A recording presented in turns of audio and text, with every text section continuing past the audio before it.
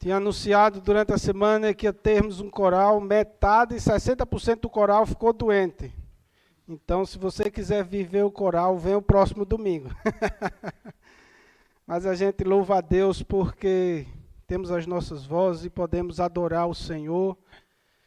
E como dizemos sempre, todo dia é Natal. Nós não celebramos Natal apenas uma vez no ano ou com apenas um culto. Nós celebramos o Natal quando adoramos aquele que nasceu e cumpriu o seu propósito.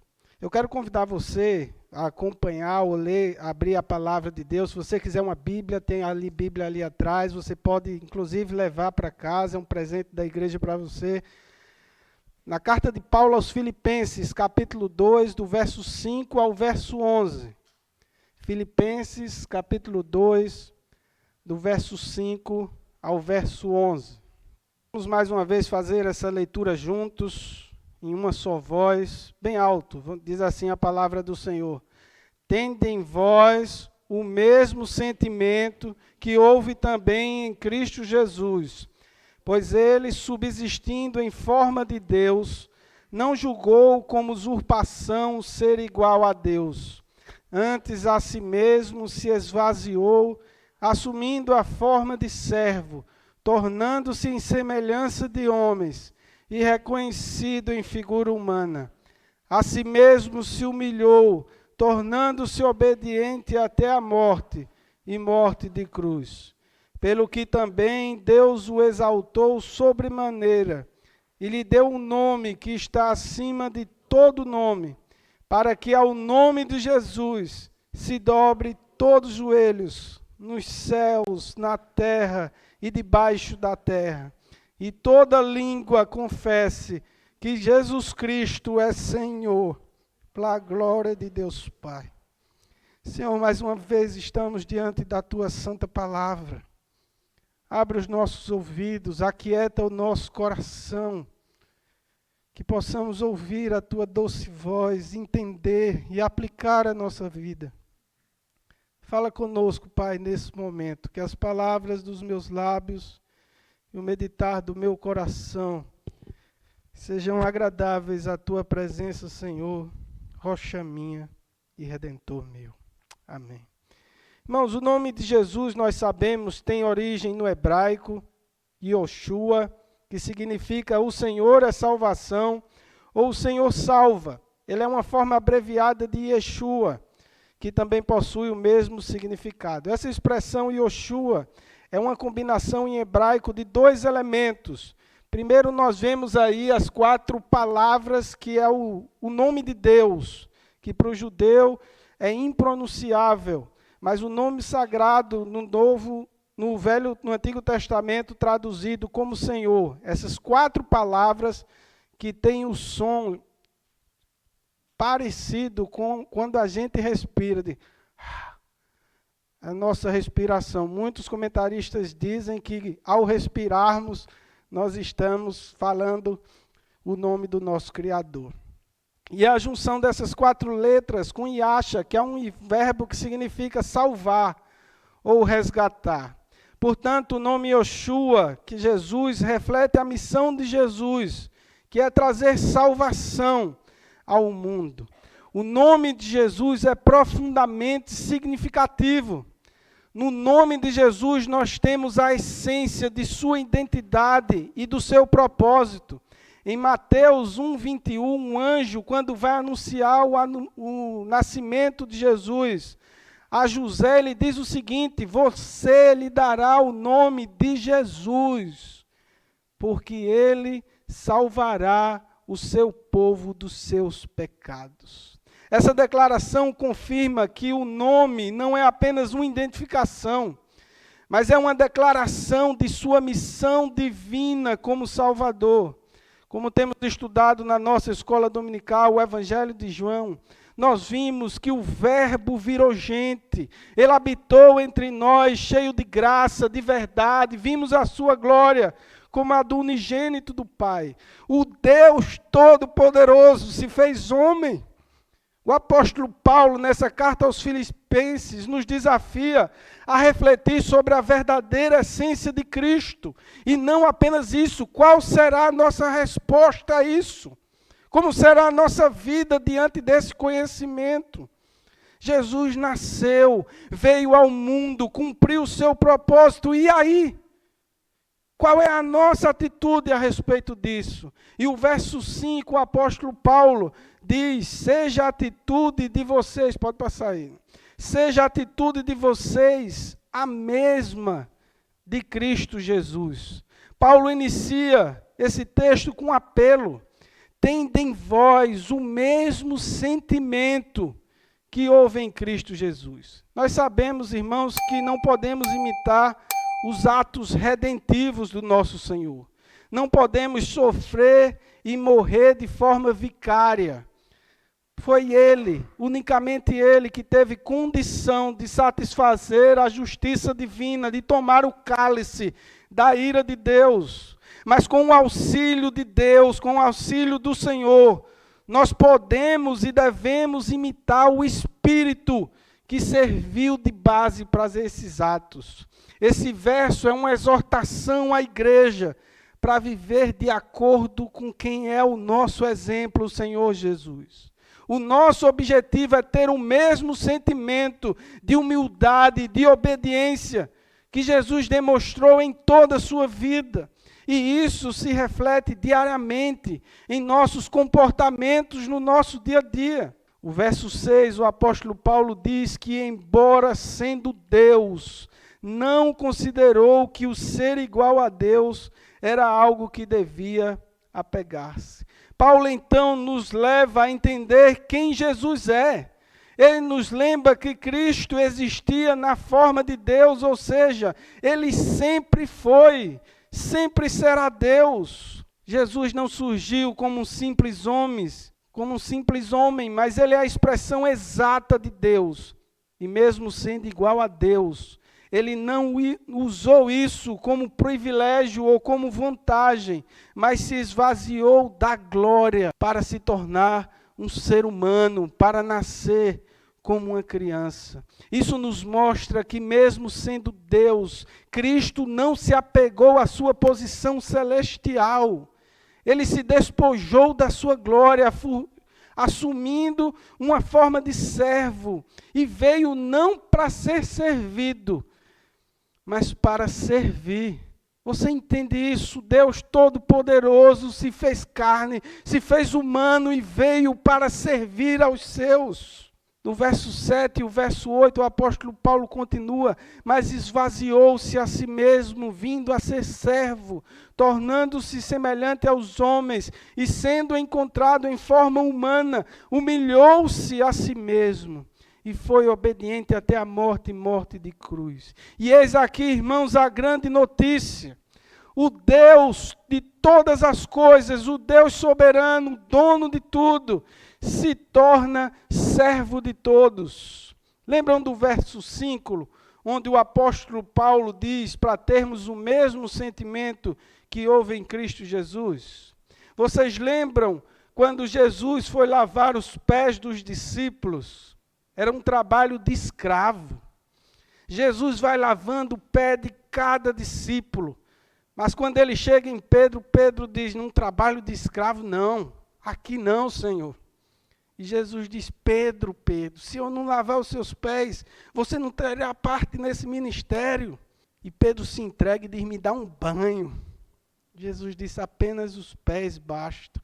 A conclusão de Jesus nesse lava-pés é essa. Ele olha para os seus discípulos e diz, vocês compreendem o que eu fiz? Vocês estão entendendo o que eu fiz? Vocês me chamam o Mestre, vocês me chamam o Senhor, e isso dizem com verdade, porque é isso mesmo que eu sou. Ora, se eu, sendo o Senhor, se eu, sendo o Mestre, lhe lavei os pés, também vocês devem lavar os pés uns dos outros. Porque eu lhes dei exemplo, para que, como eu lhe fiz, façam vocês também. E esta é precisamente a argumentação do apóstolo Paulo. Paulo está dizendo para os irmãos de Filipos e para nós hoje: sigam o exemplo do seu Senhor. Sigam o exemplo do Senhor e Mestre.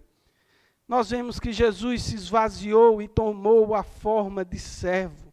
Ele não apenas se tornou humano, mas ele se fez obediente até a morte, uma morte vergonhosa na cruz. Um menino nasceu em Belém. Ele nasceu e cumpriu, ele cresceu e cumpriu o seu propósito. Ele caminhou para o Monte da Caveira, ele foi pendurado numa cruz, ele se fez maldito em nosso lugar, sofreu, pagou o preço que nenhum homem poderia ter pago. Ele levou sobre si os nossos pecados e a enfermidade da nossa alma. Ele veio, nasceu, morreu, ressuscitou, louvado seja seu santo nome. Porque Jesus nasceu e cumpriu o seu propósito. E um dia vamos poder fazer a mesma pergunta que o apóstolo Paulo fez em 1 Coríntios 15. Onde está, ó morte, a tua vitória? Onde está, ó morte, o teu aguilhão? Tragada foi a morte pela vitória. Só o fato de Jesus ter vindo como homem, nascer de mulher, sujar os seus pés com a poeira desse mundo, é uma humilhação. Jesus renunciou tudo. Ele renunciou até a si mesmo, a sua própria vida, para que nós tivéssemos vida e vida em abundância.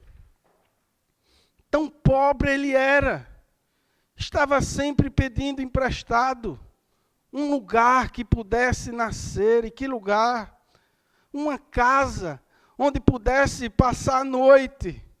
Um barco onde pudesse pregar.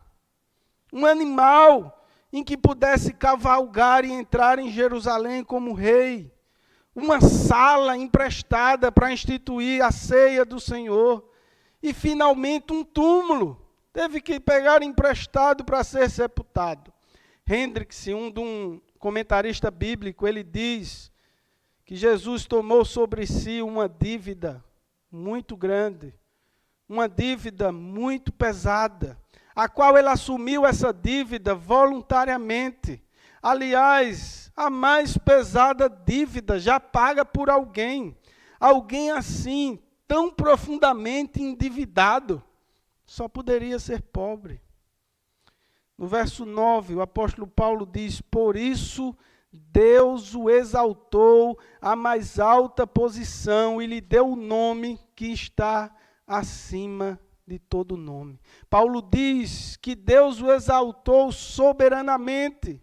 A mesma pessoa que nasceu, que se humilhou, ela foi exaltada ao mais alto nível. A morte de Cristo não foi o fim, mas a entrada para a sua glorificação.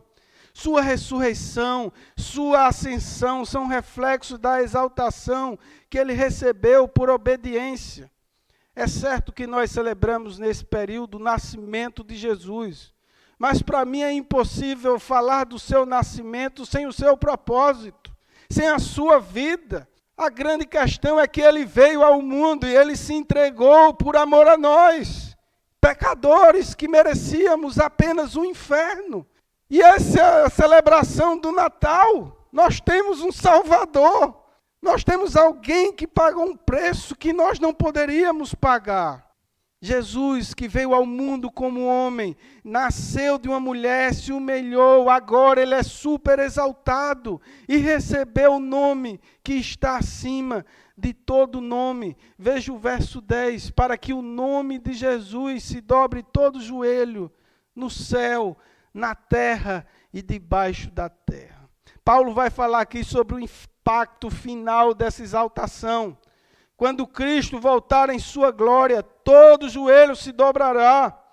Diante dele, toda língua vai confessar que ele é o Senhor. Irmãos, não importa quem somos ou onde estamos, todos terão que reconhecer o senhorio do Senhor Jesus Cristo. Esse momento será o clímax da história da salvação, quando toda a sua criação proclamará a soberania do Senhor. No céu, os querubins, serafins, os milhões de anjos bons, arcanjos, também naturalmente aqueles nossos irmãos que morreram em Cristo, que foram lavados pelo sangue do Cordeiro, que já partiram dessa vida terrena. Na terra, todos os seres humanos irão se prostrar, irão confessar. Debaixo da terra, todos os condenados ao inferno, todos os seres humanos, quanto anjos maus e demônios, todos irão se prostrar e irão reconhecer que Jesus Cristo é o Senhor. No verso 11, o apóstolo Paulo diz: toda língua confesse que Jesus Cristo é Senhor, para a glória de Deus Pai. Irmãos, Paulo nos revela um ponto culminante. Toda língua vai confessar que Jesus Cristo é Senhor. Isso nos lembra que hoje já devemos fazer essa nossa confissão de fé, reconhecendo que Jesus Cristo é o Senhor da nossa vida. E quando chamamos Ele de Senhor, não é apenas por reverência. Estamos dizendo que Ele pagou o preço e que nós temos um dono, que Ele é o nosso dono. E as coisas não é mais do jeito que eu acho, é do jeito que Ele quer, do jeito que Ele manda. Naquele dia, uns farão forçados, vão se render, vão se prostrar, vão declarar o senhorio de Cristo. Mas nós que estamos nele, nós que conhecemos ao Cordeiro, faremos isso com todo prazer. Bendito seja o Cordeiro que foi morto e ressuscitou, que nasceu, cumpriu seu propósito. Bendito seja o nosso Senhor. Não só renderão plena reverência, mas ao agirem assim também reconhecerão e proclamarão publicamente o soberano senhorio de Jesus. Todos confessarão: o Jesus Cristo em Kyrios. Jesus Cristo é o Senhor. Agora vamos refletir a respeito de algumas aplicações práticas para a nossa vida. A mensagem do Natal é que todos nós precisamos de um Salvador. Algumas pessoas reconhecem isso, outras não. Mas todos nós precisamos de um Salvador. Não conseguimos chegar a Deus sozinho. Não conseguimos a nossa salvação por nossos méritos. Não é nós. O apóstolo Paulo, em Efésios 2, ele diz que nós somos salvos pela graça mediante a fé. Não vem de vós, é presente, é dádiva de Deus. Não vem de homens, não de obras, para que ninguém se glorie. Ninguém pode chegar diante de Cristo e dizer: eu mereço, eu fui bom. Ninguém. Nós precisamos de um Salvador. Essa é a mensagem do Natal. E como devemos viver para a glória de Deus. O objetivo de toda a obra de Cristo é exaltar e glorificar a Deus Pai. Assim, a nossa vida também deve ser vivida para o louvor da glória de Deus. Tudo o que fazemos deve apontar para Ele, refletindo o seu amor, a sua humildade e a sua obediência a Cristo. A Bíblia nos chama, irmãos, a reconhecermos a grandeza de Deus, a grandeza de Cristo. A Bíblia nos chama a seguir o seu exemplo de humildade e obediência e vivermos as nossas vidas para a sua glória. E o meu desejo é que possamos viver à altura desse chamado, imitando a Cristo, vivendo para a glória dele. Quer viver o verdadeiro Natal? Você tem um Salvador. Viva para a glória de Deus. Natal não é só hoje, Natal não se comemora um dia, Natal não se comemora um período em dezembro. Comemoramos Natal todos os dias, precisamos falar desse amor, viver esse amor no nosso dia a dia, no nosso trabalho, dentro da nossa própria casa, com os nossos amigos, no lazer, no futebol, até nas alturas, quando a gente está voando. Precisamos viver esse evangelho em todo tempo. Precisamos celebrar o Natal em nossa vida. Receba a bênção, irmãos, que a graça do Senhor Jesus Cristo, o amor de Deus o Pai e as consolações do seu Santo Espírito esteja com todos nós, com todo o povo de Deus, espalhado na face da terra, desde agora e para todo sempre. Amém. A nossa programação, todos os domingos nós temos culto em português, das 10h30 às 11h30, está cronometrado, olha, são 11h20, 10h30 às 11h30, temos estudo bíblico em inglês, às 11h, temos alguns adolescentes que estão vindo, tem 13 adolescentes a última vez.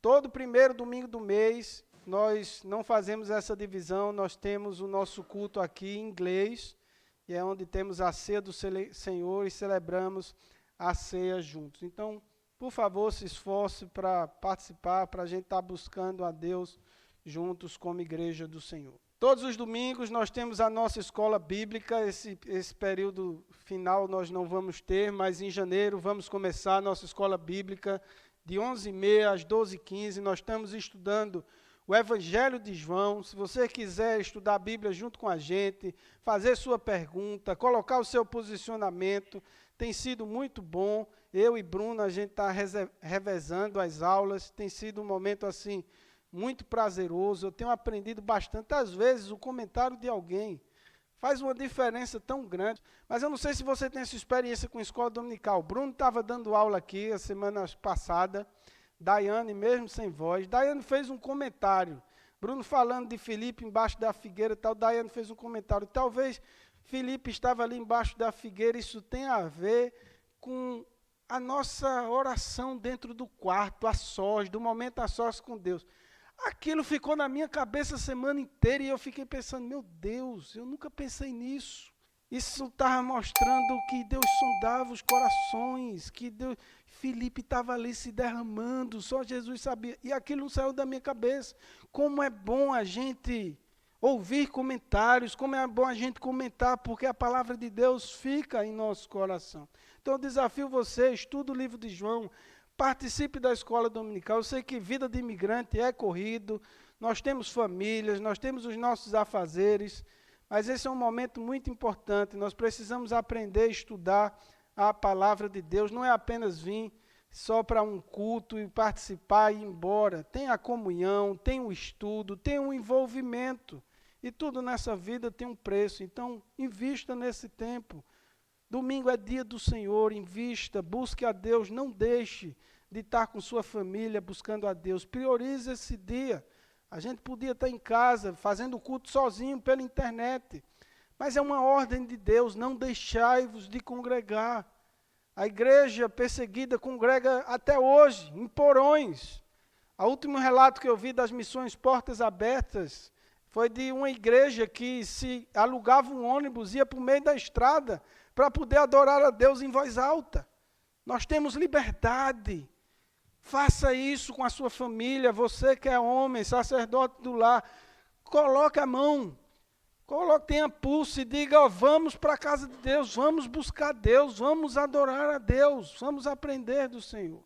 Que Deus nos abençoe, vamos ter um jantar lá, louvado seja Deus, obrigado por vocês terem vindo, por a gente passar jantar. Eu falei só para ver se vocês estavam ligados. Quando fala de comida, todo mundo se liga.